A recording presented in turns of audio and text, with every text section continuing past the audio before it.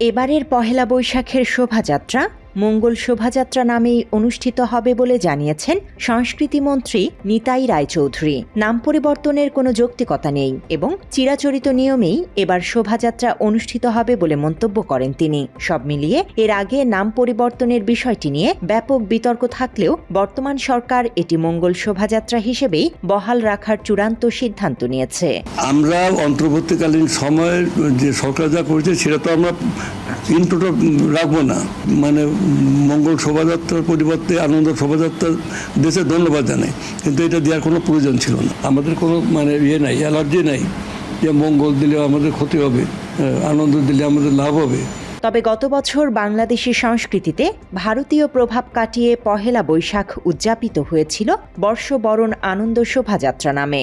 ওই যে দীর্ঘদিন যে স্বৈরশাসনের পট পরিবর্তনের পরে আমরা আবার স্বস্থানে ফিরে গেলাম এবং এইবার এটা হবে বর্ষবরণ আনন্দ শোভাযাত্রা। বাংলা সংস্কৃতিতে ভারতীয় আগ্রাসন পতিত শেখ হাসিনার শাসনামলে সবচেয়ে বেশি প্রভাব বিস্তার করেছিল বাংলাদেশে। দীর্ঘদিন এই ভারতীয় সংস্কৃতি পালিত হলেও গত বছর সরকার পতনের পর বাংলাদেশি সংস্কৃতিতে বর্ষবরণ আনন্দ শোভাযাত্রায় ভিন্ন রকম আনন্দে মাতে মানুষ। প্রথম শুরু হয় তখন থেকে আনন্দ শোভাযাত্রা নামেই ছিল, মাঝখানে এটা মঙ্গল শোভাযাত্রা নামে প্রচলন ছিল, এখন আবার আনন্দ শোভাযাত্রা নামেই আবারও কার্যক্রম শুরু হয়েছে। বৈশাখী শোভাযাত্রা নামে ছিল। বৈশাখী শোভাযাত্রাটা পরবর্তীতে 90 সালে যখন এরশাদ স্বৈরাচারের পতন হয় তখন ওইটা আনন্দ শোভাযাত্রা ছিল। আনন্দ শোভাযাত্রা কিছু বছর চলার পরে এটা মঙ্গল শোভাযাত্রায় রূপান্তর করে এবং মঙ্গল শোভাযাত্রা হিসাবেই এটা চলতেছিল। এখন এই বছর যেহেতু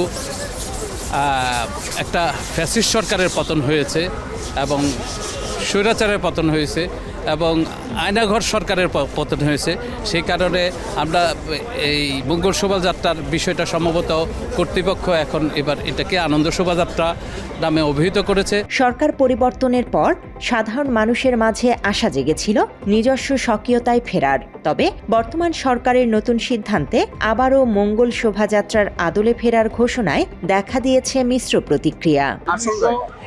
1989 সালে যখন শুরু হয়েছিল বর্ষবরণ আনন্দ শোভাযাত্রা নামে, সেই জায়গাটি গত বছরও শুরু হয়েছে। আমরা সেই ধারা অব্যাহত রাখতে চাই। মাত্র 30% টাকায় জমির মালিক হয়ে নতুন বাংলাদেশের গড়ে তোলার স্বপ্ন দেখা বাংলা বসতি। প্রতি বছর এপ্রিলের 14 তারিখ বাংলা বর্ষপঞ্জির প্রথম দিন পহেলা বৈশাখ। বাংলাদেশের অন্যতম বৃহৎ এই উৎসবটি জাতি, ধর্ম, বর্ণ নির্বিশেষে কোটি বাঙালির প্রাণের মিলন মেলা। আনন্দটা কি দিয়ে আর বলবো, খুবই সুন্দর লাগতেছে। মুসলিম সম্প্রদায়ের দুটি ঈদের পর পহেলা বৈশাখী দেশের সর্বোচ্চ সংখ্যক মানুষের অংশগ্রহণে উদযাপিত হয়।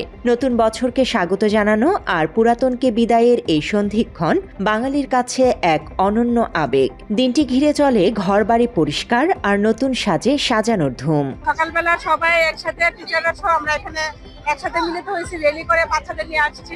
বর্তমানের এই সর্বজনীন রূপ একসময় এমন ছিল না।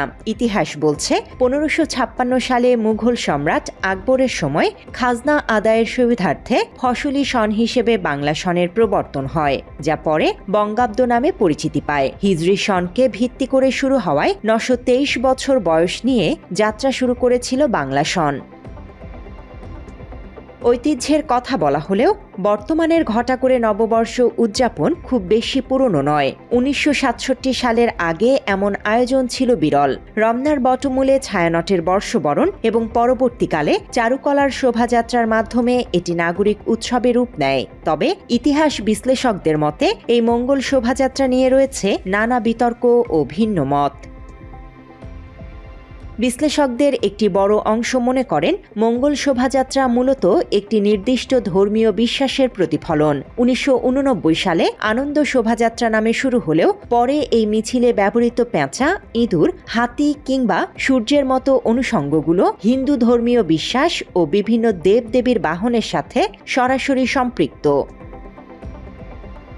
অভিযোগ রয়েছে বাঙালির চিরায়ত লোকজ সংস্কৃতির আড়ালে ভারতীয় সংস্কৃতি ও রবীন্দ্র ভাবধারা প্রতিষ্ঠার একটি সূক্ষ্ম প্রচেষ্টা চালিয়ে আসছে ছায়ানট, যাদের অন্যতম উপাদান মঙ্গল শোভাযাত্রা। যে তথাকথিত বাঙালি সংস্কৃতির নামে যে ফ্যাসিস্ট শক্তি গড়ে উঠেছে তাকে সাংস্কৃতিকভাবে প্রতিরোধ করতে হবে। এই প্রথম আমাদেরকে শিল্পকলা একাডেমি থেকে আমরা নৃত্যশিল্পীরা এখানে অংশগ্রহণ করে অনেক আনন্দিত। গত বছরের আনন্দ শোভাযাত্রা এবছর মঙ্গল শোভাযাত্রা নামে রূপান্তর হওয়ায় প্রতিক্রিয়া জানিয়েছেন সাংবাদিক ও অনলাইন অ্যাক্টিভিস্ট ইলিয়াস হোসাইন। এ নিয়ে সামাজিক যোগাযোগ মাধ্যমে একটি পোস্ট দিয়েছেন তিনি। পোস্টে ইলিয়াস হোসাইন লেখেন, বিএনপি পদক্ষেপ না নিলে খেসারত দিতে হবে তাদেরকে। মঙ্গল শোভাযাত্রার নামে মুসলমানদেরকে দিয়ে পূজা করা চলবে না বলেও মন্তব্য করেন এই সাংবাদিক। পোস্টে তিনি আরও লেখেন, মঙ্গল শোভাযাত্রায় যতগুলো প্রাণীর মূর্তি বানানো হয় সবগুলো হিন্দুদের কোনো না কোনো দেবদেবীর প্রতিমা হিসেবে ব্যবহৃত হয়। নববর্ষের সাথে এসব প্রতিমার কোনো সম্পর্ক নেই, যে কারণে গত বছর এটিকে আনন্দ শোভাযাত্রা হিসেবে পালন করা হয়েছিল। প্রধানমন্ত্রী তারেক রহমান বিষয়টি নিয়ে পদক্ষেপ নেবেন বলে পোস্টের শেষ দিকে আশা প্রকাশ করেন ইলিয়াস হোসাইন। একইভাবে বিষয়টি নিয়ে একটি বিবৃতি দিয়েছে বাংলাদেশ হেফাজতে ইসলামীও। বিবৃতিতে তারা উল্লেখ করে, 1989 সালে ঢাবি চারুকলা বিভাগের উদ্যোগে পহেলা বৈশাখে সর্বপ্রথম আনন্দ শোভাযাত্রা অনুষ্ঠিত হয়। কিন্তু 1996 সালে ভারতীয় মদতপুষ্ট আওয়ামী লীগ ক্ষমতায় আসার বছরে এদেশের হিন্দুত্ববাদী কালচারাল সেকুলার ফ্যাসিস্টরা পহেলা বৈশাখ উদযাপনে আগের আনন্দ শোভাযাত্রা নাম পাল্টে মঙ্গল শোভাযাত্রা রেখে হাজার বছরের বাঙালি সংস্কৃতির ভুয়া দাবি প্রতিষ্ঠিত করে।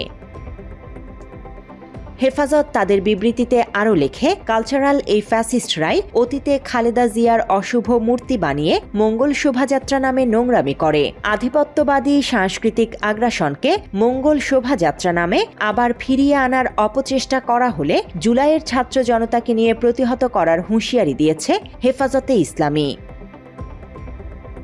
সাংস্কৃতিক আগ্রাসন বনাম ঐতিহ্য রক্ষার এই লড়াইয়ে এবারের পহেলা বৈশাখ কোন দিকে মোড় নেয় সেটি এখন দেখার বিষয়।